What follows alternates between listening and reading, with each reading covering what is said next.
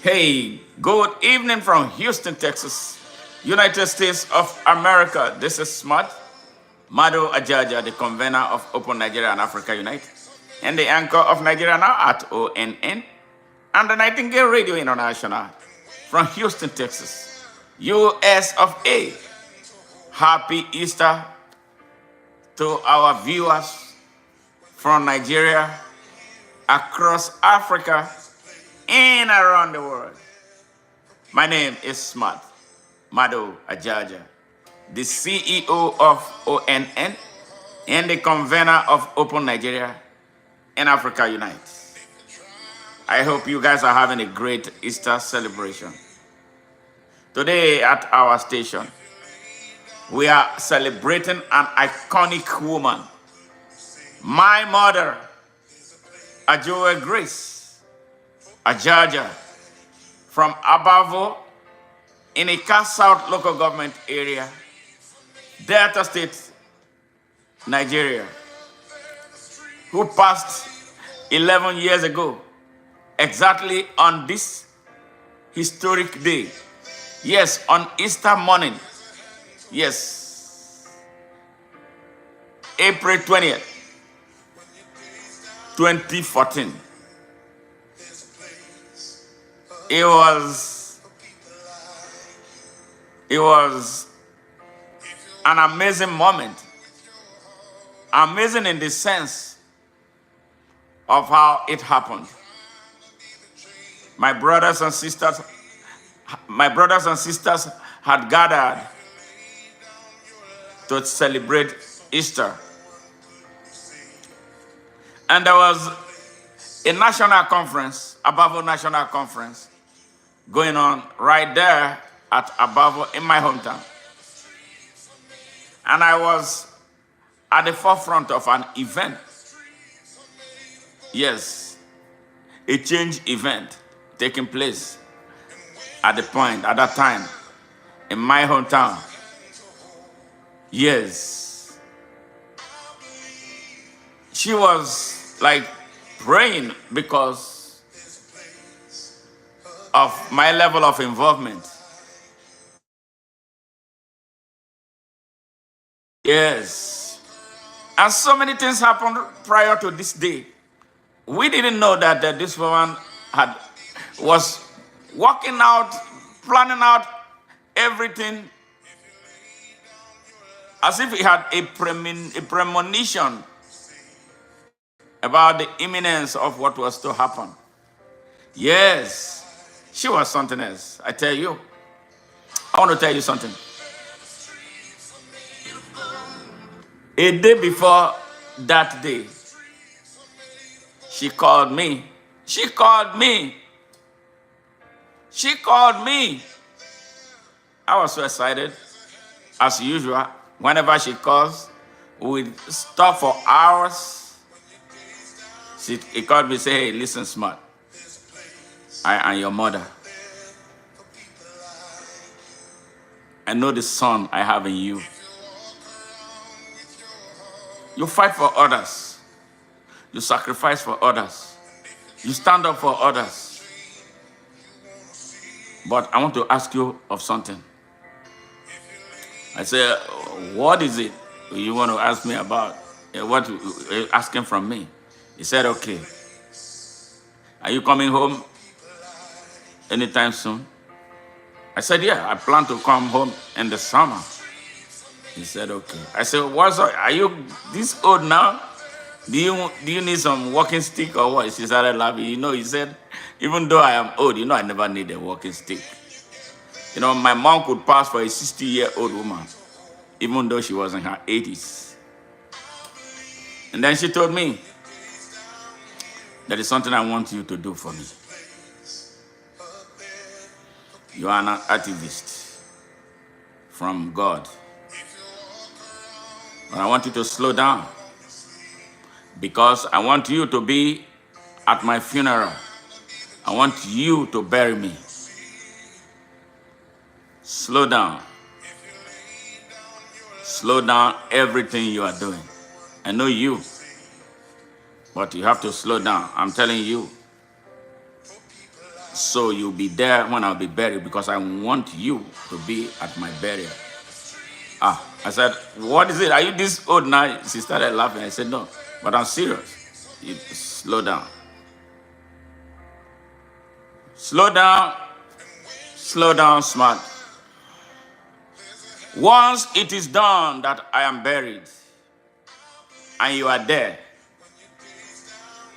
after it's over, you can go ahead and do whatever you want to do, and nobody will touch you. That's what the last thing that I had to take from my mom.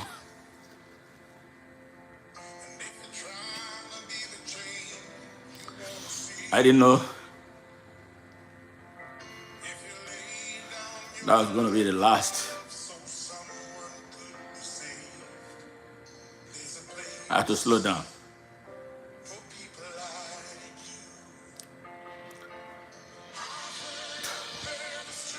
I slowed down. The following day, I was at the airport. I buy her routine medicines. I sent her some money. A friend of my brother, who teaches at the same university where my brother teaches, came to Houston. He was going. And I was the one who drove into the airport.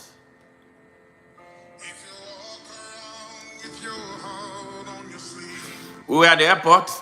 This guy boarded. I handed all the medicine, everything, including the money I was going to give to my mom, to him. Onward, transfer to Nigeria. So, he went to board the plane. Just as I was about to start walking to my car, my phone rang. Then somebody, a friend of my brother, I don't talk to him so often, and then he called. So I answered the phone. I said, Jenkins, this one you're calling me. I hope everything is all right, because we don't talk pretty often. So he started laughing. So he said, oh, I just wanted to make sure you're okay. I said, well, thank you, I'm okay. And he said, well, your brother, Prof, had called. He said he's been trying to reach you, but your phone, he wasn't able to connect. I said, well, but I have my phone. Now you just called me. And I connected, and so many other persons had called me, But I said, okay, I will try and call him. Just as soon as he hung up the phone, my brother called. And then he started asking me, I hope you're okay, everything, your children. I said, everything is okay. He paused and said, Smart, your friend is gone. I was like, who's my friend? Which friend are you talking about? My friend is gone where?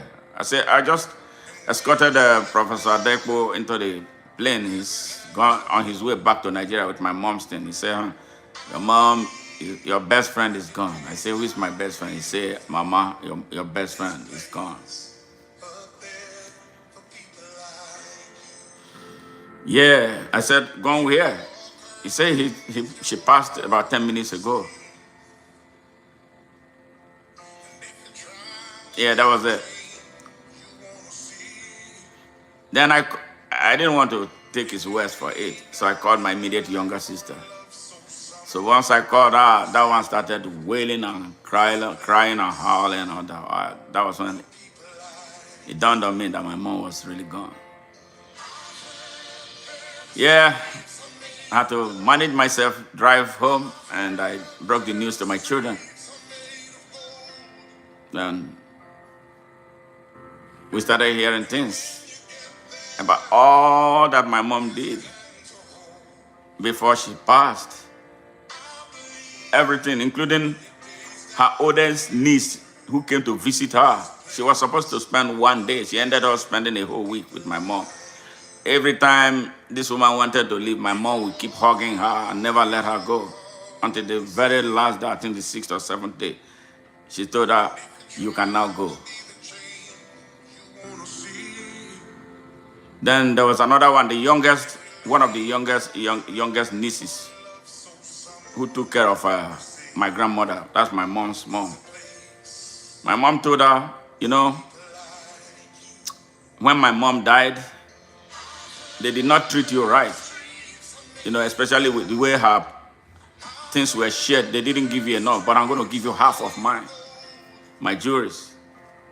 Before she passed, she called her and called my younger sister and shared her jewelries into 2 halves. Gave her a half and gave my younger sister the other half. Yes. So on this Easter day, they gathered as usual. I was the only one missing. And then they were talking, discussing. All of a sudden, she told them, I see a magnificently beautiful place. And I'm going. Nobody should stop me. Nobody should be in the way. I'm going. It's so beautiful. I see so beautiful. And then from there, she started praying. And that was it. Until she prayed no more. My mom was gone. Just like that. On Easter day.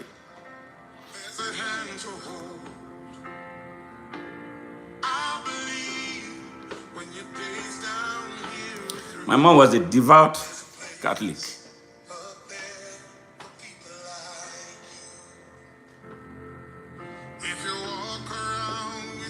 Yeah, so that's it. That's the story. Great woman. Great woman. Who was denied access to Western education. She told me, because of how close, we were all very close to him. But I had something special with my mom. A lot of things. She told me about herself. How they pulled her out of class when she started elementary school because she was a woman. They went and took her out. You can't go to school because you're a woman. But that became a firing inspiration for her. She vowed that none of her children will not go to school.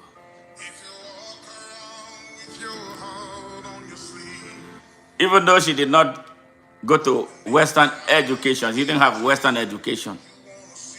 Those who had so much Western education were still coming to her.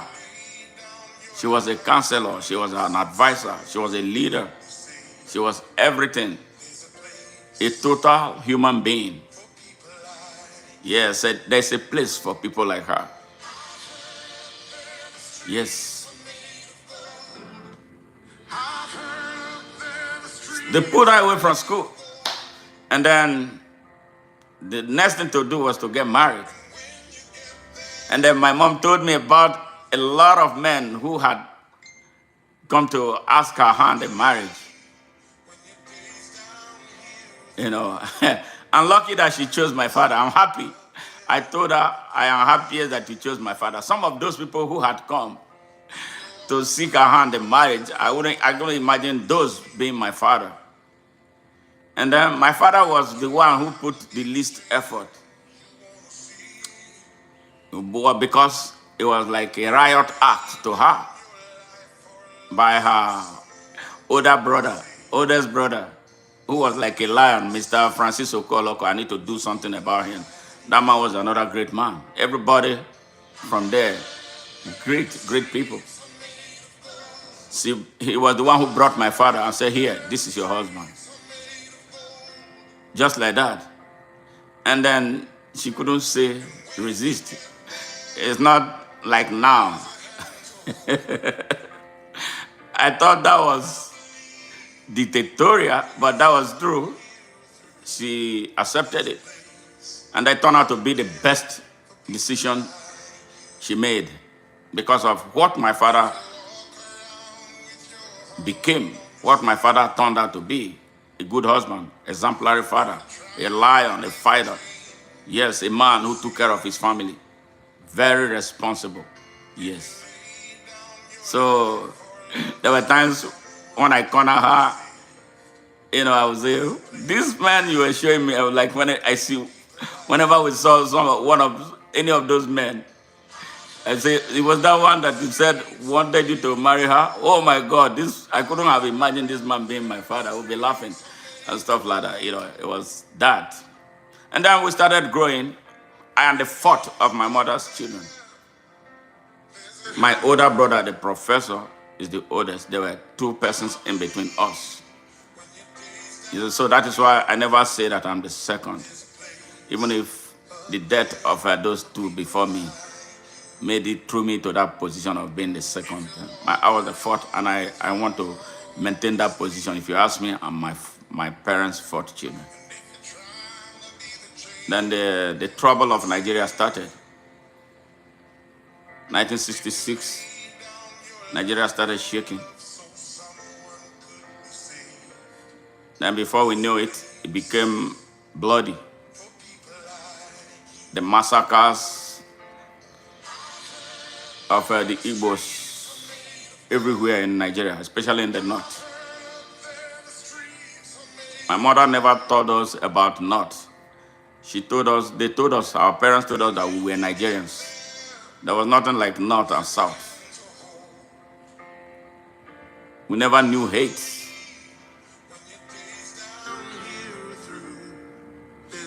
People from far and wide came to our house and felt free.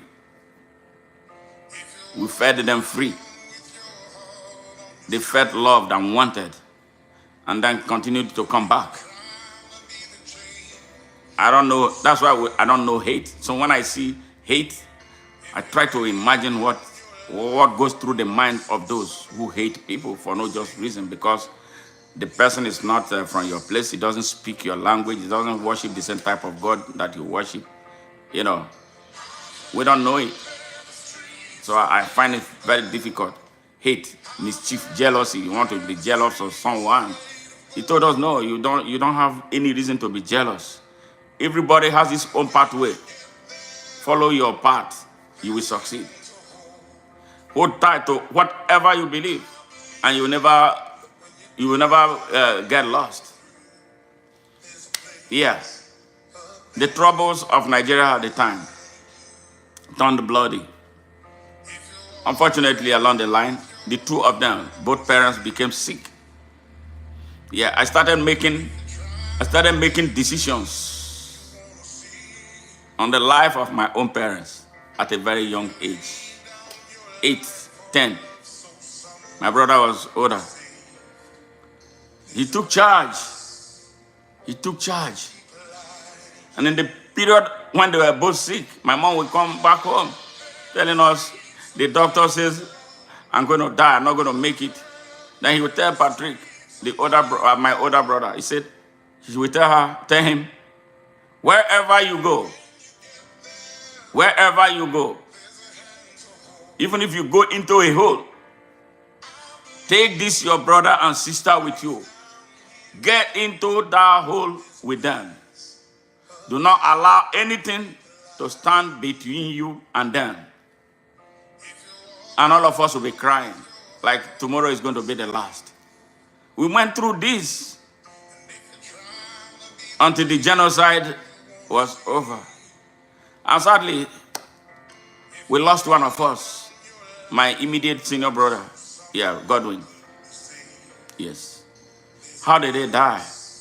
He died from what I would say, because I am a medical person now, something like pneumonia that could have been treated. He died because the hospitals were all occupied by soldiers. Hospitals were all deserted. There was no access to medical care. So people were dying in droves. So that's how my brother died. And the most painful aspect of it, I saw my brother struggle for life. I saw him gasp until he took his final breath. Hey, Emily Bryan, how are you? Thank you very much for your support. We appreciate. I'm telling the story of my mom who passed exactly today, 11 years ago. Yes. Nigeria has hurt me, has hurt my family. Yes. And that is why I am doing whatever I can to inspire Nigerians to wake up, to take their beautiful country back. from criminals, rogues, bandits, terrorists, drug addicts, yes, and certificate forgers. Our country ought not to be the way it is. My mom taught us very strong virtues. My mom and dad, they taught us to love Nigeria. They didn't teach us to hate anybody. But the drivers of Nigeria drove our country into hell, and they're about to drive the country into extinction. Today, my brothers and sisters from Nigeria, on this very historic day, yes, a day, the books that those who colonized us brought, a day, they say Jesus resurrected. Let us resurrect our thinking. Let us raise our consciousness. Let us unite. Let us come together and seize our country from those who are about to destroy it. My mother stood for justice all her life. And that is why I am standing for justice for Nigeria. That is why my brothers and sisters in their own various fields are standing for justice.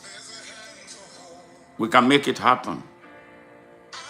So all that period of craziness in Nigeria, until 1970, we started getting a reprieve at the family level. I did not go into elementary school until I was 9 years old. So I lost 3 years because of the genocide that they call war. And plus, what was happening around my family. I fished, I farmed, I hunted for animals. There's nothing that my brother and I did not do. That is why I take my brother so seriously. He's my best friend. If I have to write any book, people ask me to write a book about myself. I don't even know. I tried one time. I actually finished nearly a full manuscript of a book about my journey.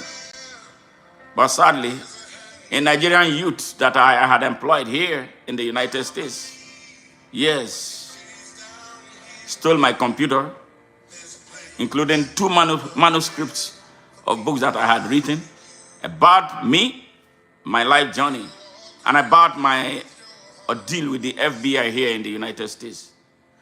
The young man stole my computer in addition to over $250,000 that he stole from me without me knowing.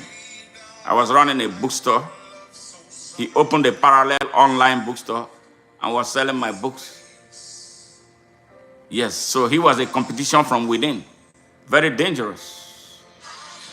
Outside everything that I did for him, including giving me a Mercedes 520 SEL for free.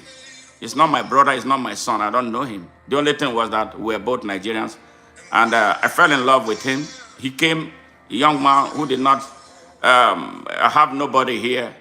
I became like his father. In fact, his mother traveled from Lagos to thank me for what her son told her that I was doing for him.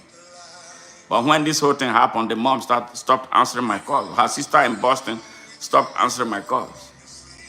But I will not stop loving Nigeria and Nigerians. That is a journey. Yes. Hey, Victoria, thank you. Yes, my mom was a great and an amazing woman. Yes. She left in a grand style. You know, so we started putting life back together. Went into elementary school in 1971. I caught up fast and many things. My mom was always there every inch of the way. Every inch of the way. He followed me because I was a hard head. I was a very stubborn child. Not because I was bad. I was just stubborn. You know, he said, you are starting your walk so early. Slow down, pipe it down. She guided me all through. Yes, she knew that I was one who didn't like injustice. I was the most outspoken. And when there was time to be disciplined, she did not waste any minute to do so, because she wanted me to stay in line. She had a special relationship with each and every one of us, our children. Yes. And that's what I see with me and my own children here. I relate with them according to who they are, according to their personality.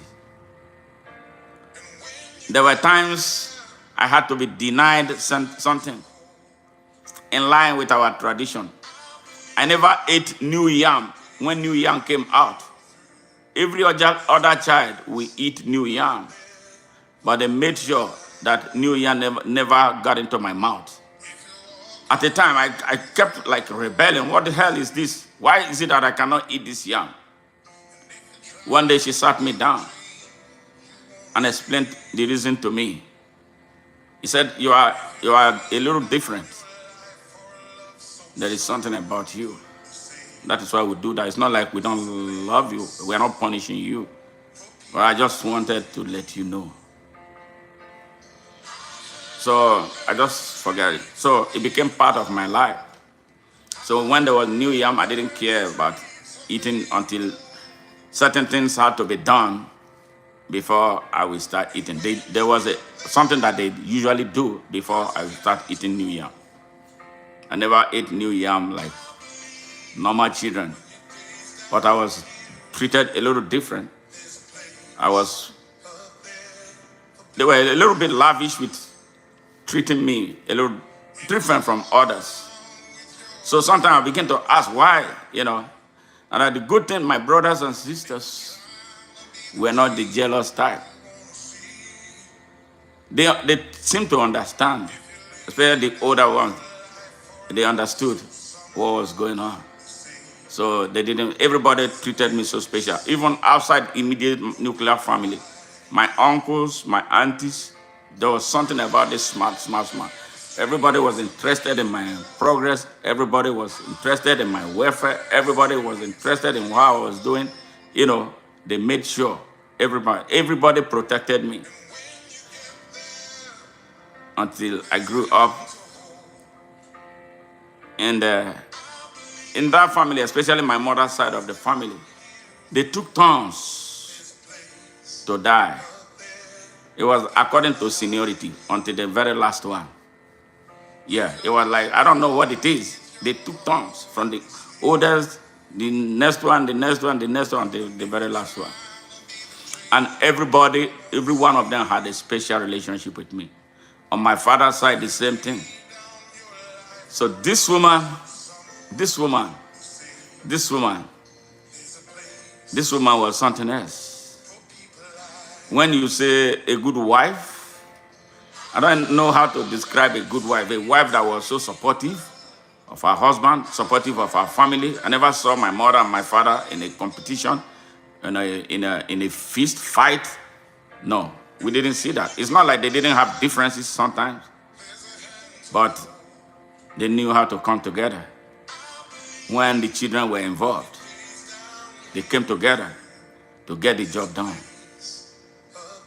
Yes. My mom sacrificed so much for us, like my dad did. They were the best match ever.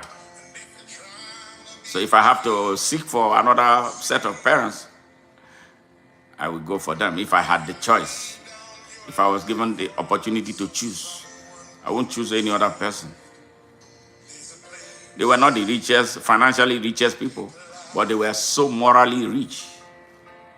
And when you see sometimes we exhibit some near extreme moralistic behaviors, it is something we got from them. Then injustice was not one thing we tolerated.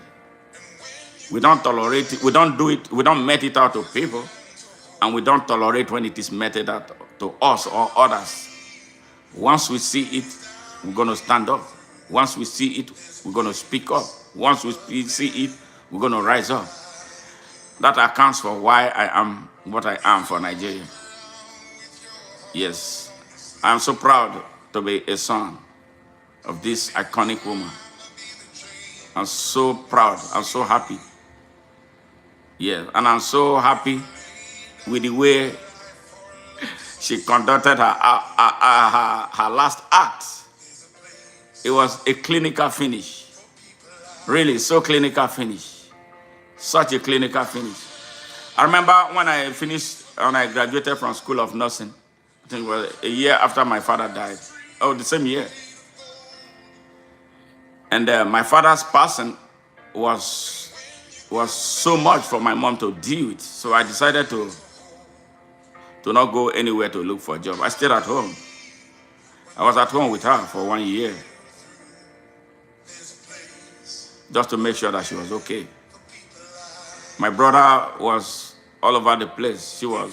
My brother struggled, fought for us. He was fending for us, doing everything for us.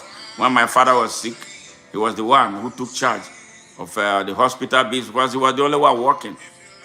He didn't mind. He didn't subject us to any kind of inhumane treatment. He saw us as his children, even though we were his brother. Yes, so exemplary. And he has remained so. So that is why when you touch him, you touch me. Yes, I'm ready to lay my life down for him and for the rest of them because of our peculiar experience as children. Yes. So exactly a year after, my mom called me saying, you are a young man now. You need to build your life. So you can now leave and go and look for a job. I am okay now. Thank you for staying with me all this long. And I'm so proud of you.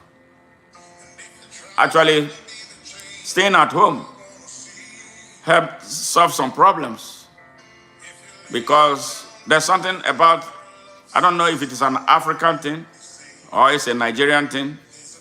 When you lose your husband, you become a prey. You become a subject of all kinds of abuse. So my stay around my mom helped fight off some challenges. People who were interested in wanting to take over my father's property and things like that. There was a case of a young man who came behind. There was a little farm we had behind us. This guy came and wiped up a whole cassava plantation with cutlass for no reason on a rainy day. I was in my room. I started hearing somebody wailing. I dashed out of the house to see my mom was inside the rain. He said, come with me. I went there. By the time I got there, I couldn't believe what I saw. A whole farm of cassava plantation was flat. So a young man who did that, if he saw my mom, he would have killed her. So I asked who did it. She told me.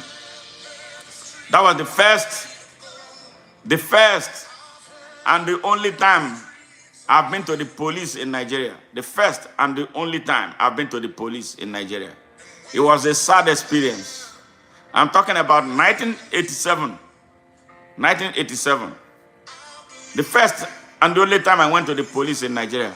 It was terrible. The police did not have a pen and paper for me to write a statement.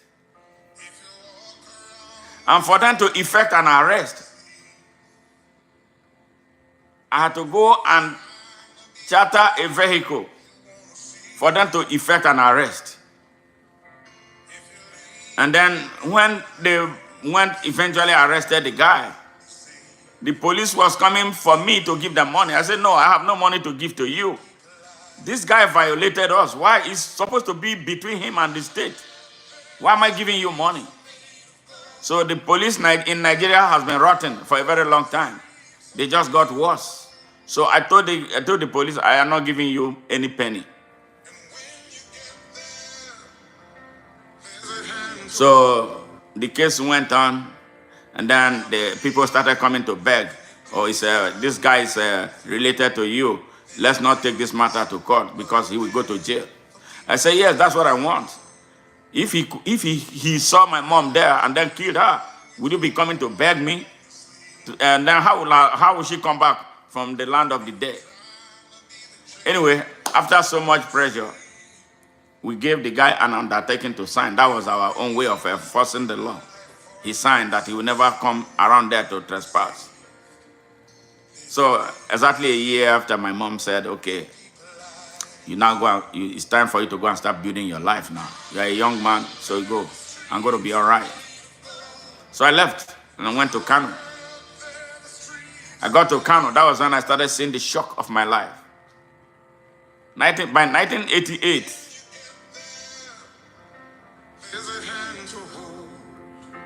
I applied as an industrial nurse for a job at the NNPC in Hotoro, Kano. They invited me for an interview. I went there. We were given a test to write. Of all the nurses who came, I took the first position, which I thought would guarantee me the job. But at the time we went for the oral interview, somebody told me something else, that I couldn't get the job because of my state of origin. I think my state then was Bender State. They said the Bender quota had been filled. In my own country, my own Nigeria.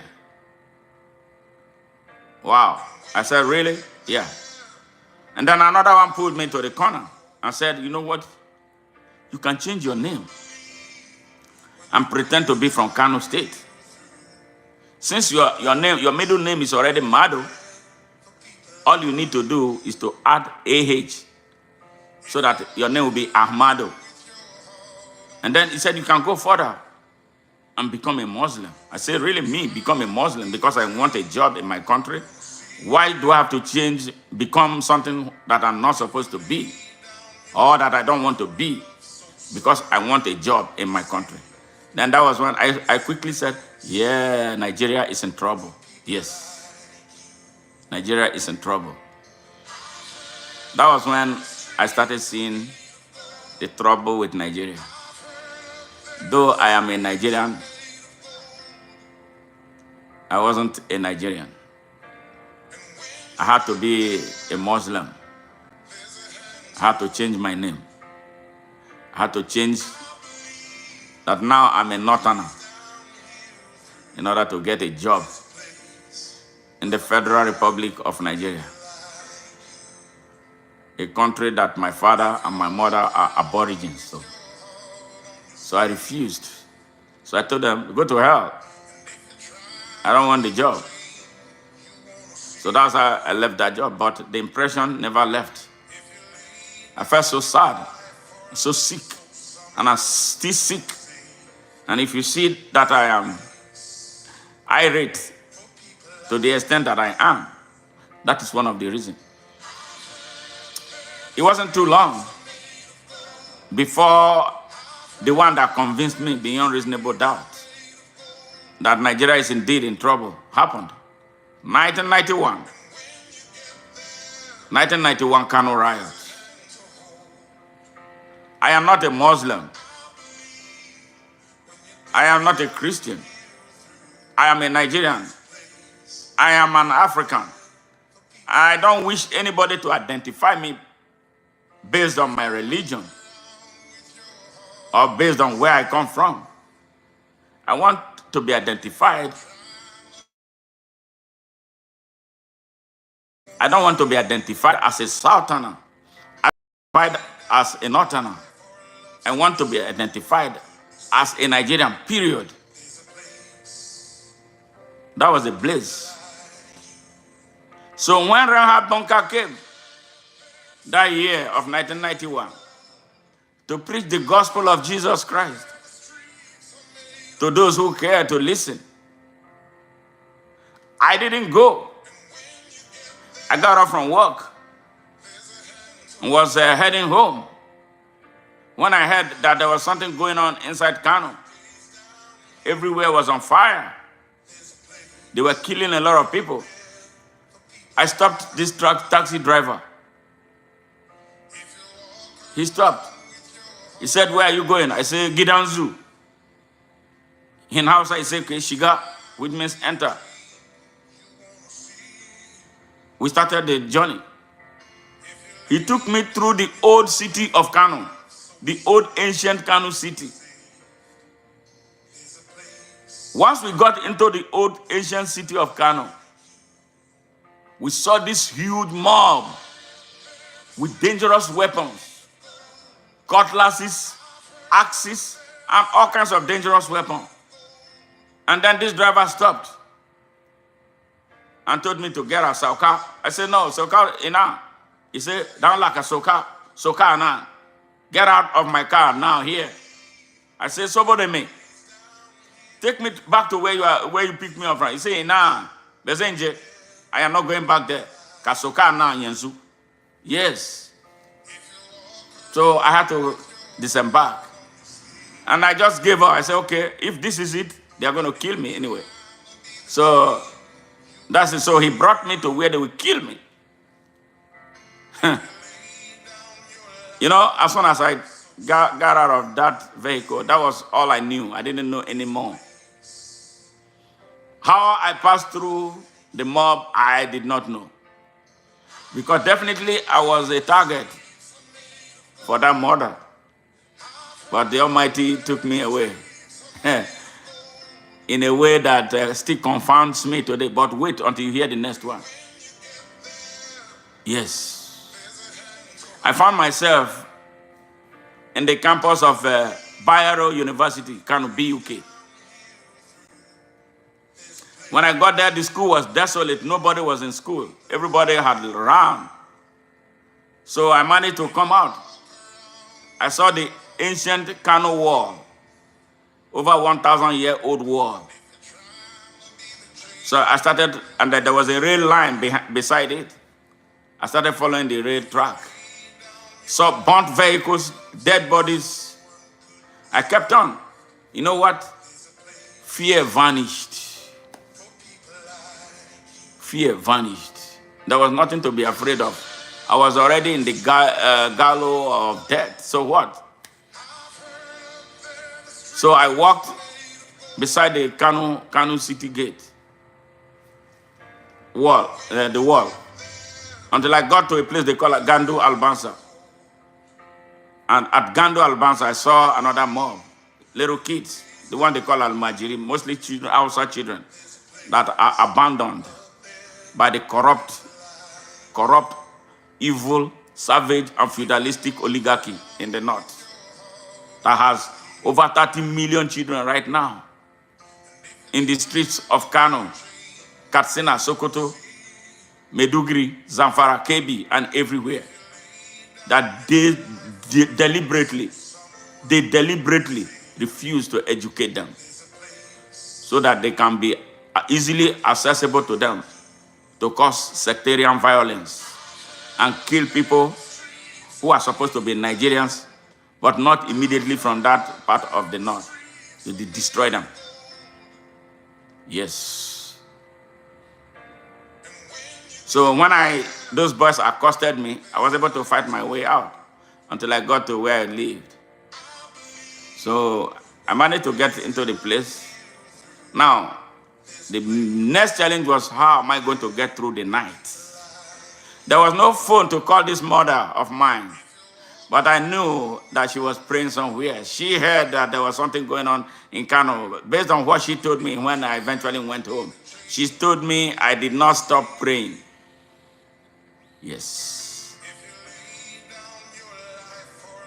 When I got into my yard where I live, nice, beautiful place, I met one young man who was I think he was Fulani. His name was Aminu. Aminu had lived in the south of Nigeria. So he caught a picture of someone who has been around the people who are not Fulanis or who are not Hausas. He spoke so well. So I approached Aminu. I said, Aminu, I'm in trouble. And I know that in the night these people will come and be killing people from house to house. Can I put up with you so that I can be saved? Aminu told me, no. I can't keep you. If they come, I will hand you over to them. Before God and man, that's what Aminu told me. He said, no, please. You have to go and look for somewhere. And I'm happy today that Aminu did not really take me in.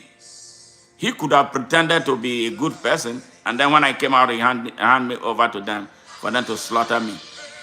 So I had to devise a way to live into the next morning. And true to what I thought. In the night, they started killing from one house to the other. These people are so wicked. Their wickedness did not start today. Their evil started in 1804 when they invaded Hausa land. And they taught the Hausa people how to hate people from other parts of Nigeria. They were in that union together. Yeah, the union of killing fellow Nigerians. I am happy. So,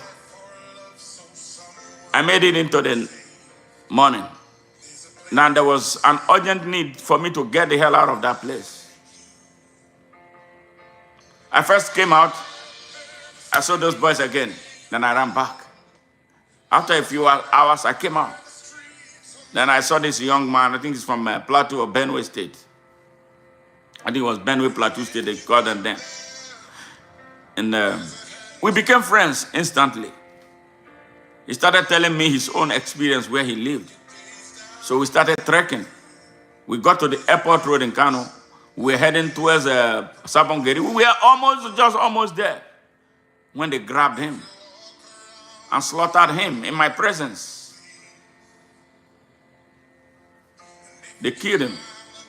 The police, mostly Hausa and Fulanis, they were watching why this was going on. They didn't offer any helping hand. I think they were celebrating the killing.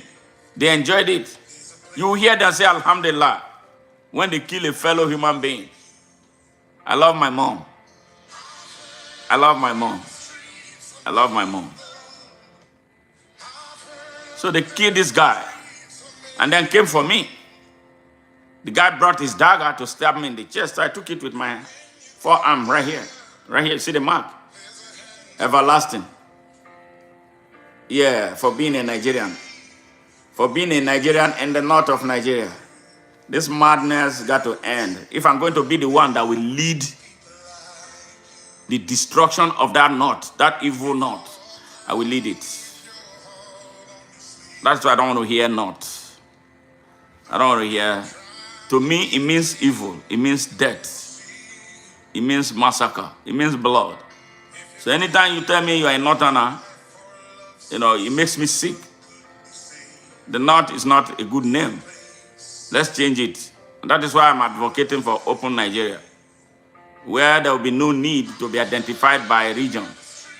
Just be from Jigawa if you want a Jigawa, like we do it here.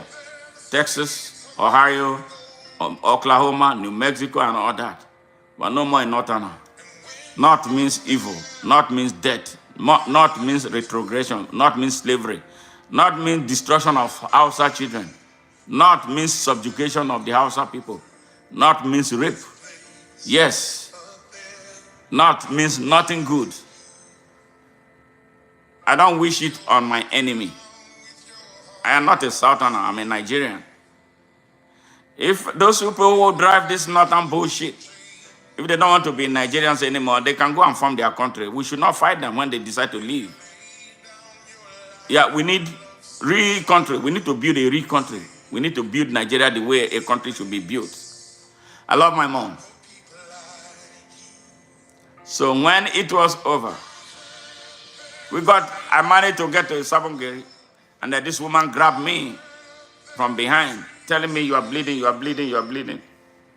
So when I looked around, my clothes were drenched in blood, in my blood. I was bleeding so profusely. So the woman put a pressure to stop my bleeding. She took me to her house, a bungalow. She took me upstairs. I went upstairs with her. She gave me a plate of rice. But I could not handle it. My hands, the plate fell and shattered. I was still not sure where I was. But this woman kept calming me down. She said, calm down. My brother is a soldier. When he comes, he's going to come take us. to the army barrack. I said, okay. But somehow along the line, I asked her, do you have nylon papers? She said yes, so she gave me. I had my international passport. So I put that, wrapped it, tied it. And then went downstairs, looked around. I saw a river behind her house. A river. I don't even know a river in Kano, inside Kano. So whatever it was, I jumped into that river because I can swim. Then I saw the place I came out was the Air Force Barrack, Air Force Base in Kano. So when I came out, I saw thousands of fellow Nigerians at the Air Force Base in Kano. We're now refugees in our country. People with different sad stories about how their whole family was massacred. How they were given choices between dying by being stabbed and jumping into the well and they lock up the well. And all kinds of things, how they cut pregnant women open and cut their babies in pieces. These people are evil, very wicked, very wicked.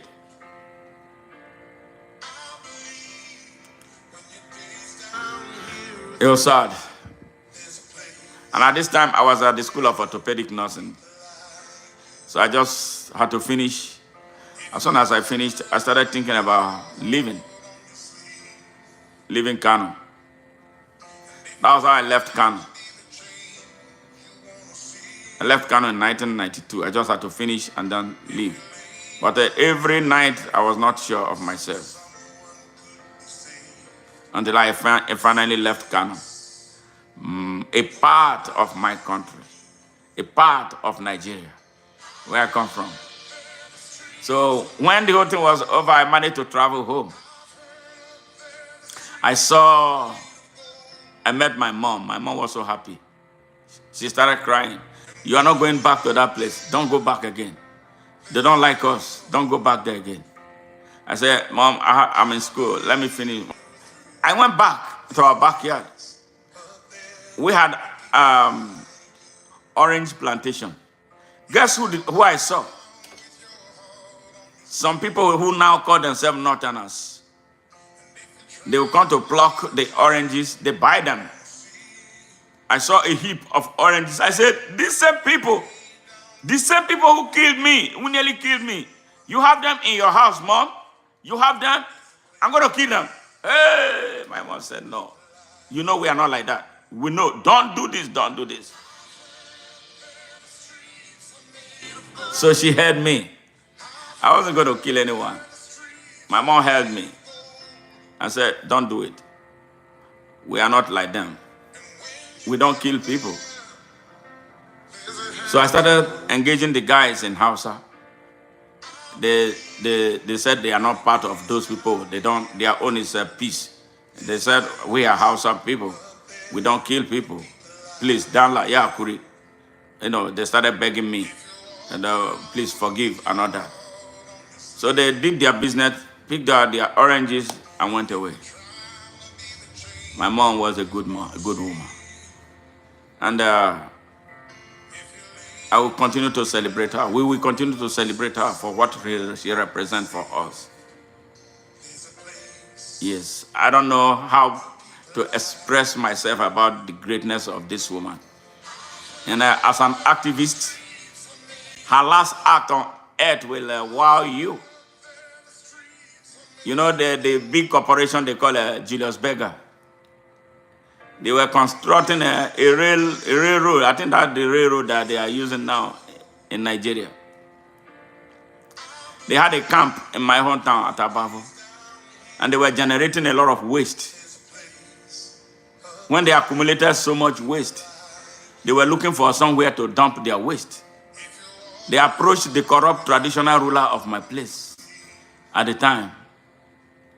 They gave him money so that they could dump their waste in the only source of water that the community had.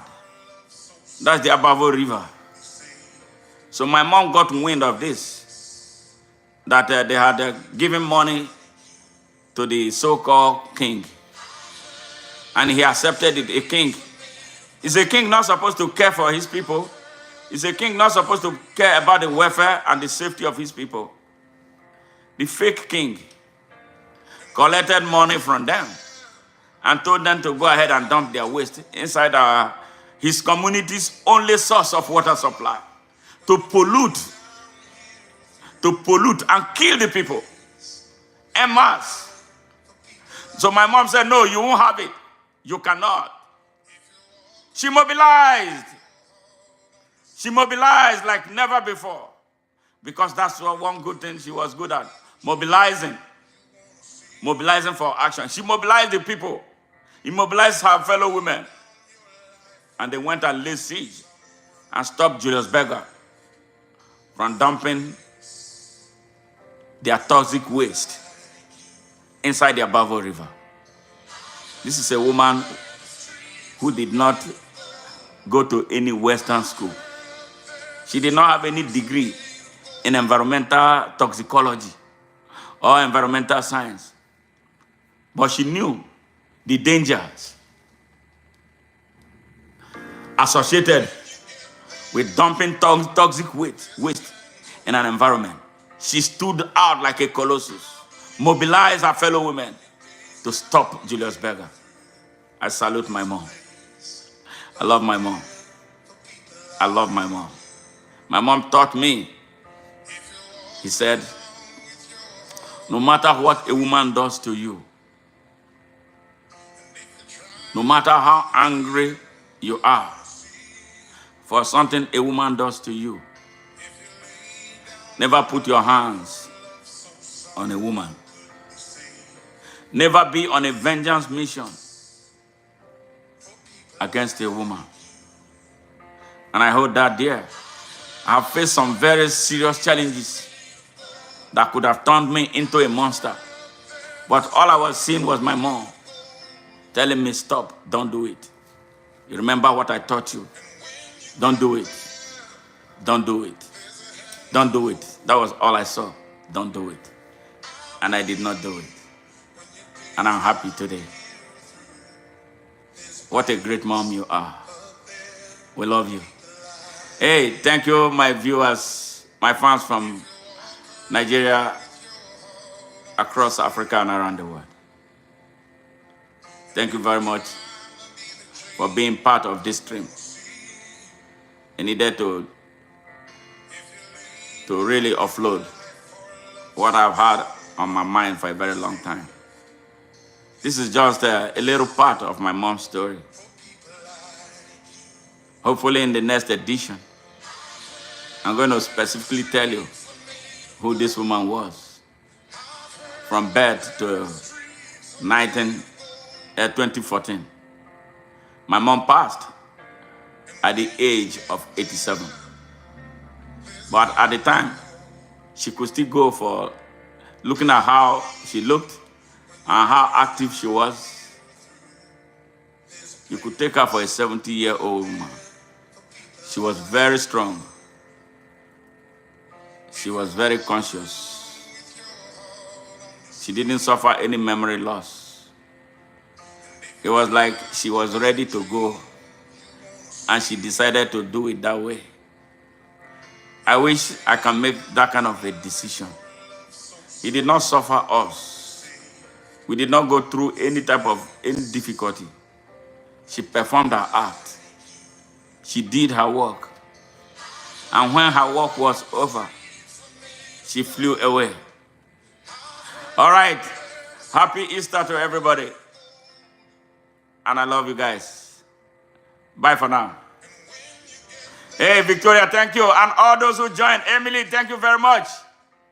All right. So we will resume our regular schedule of broadcasts about social issues around Nigeria, in the United States here, and everywhere around the world. Bye for now. And I love you guys.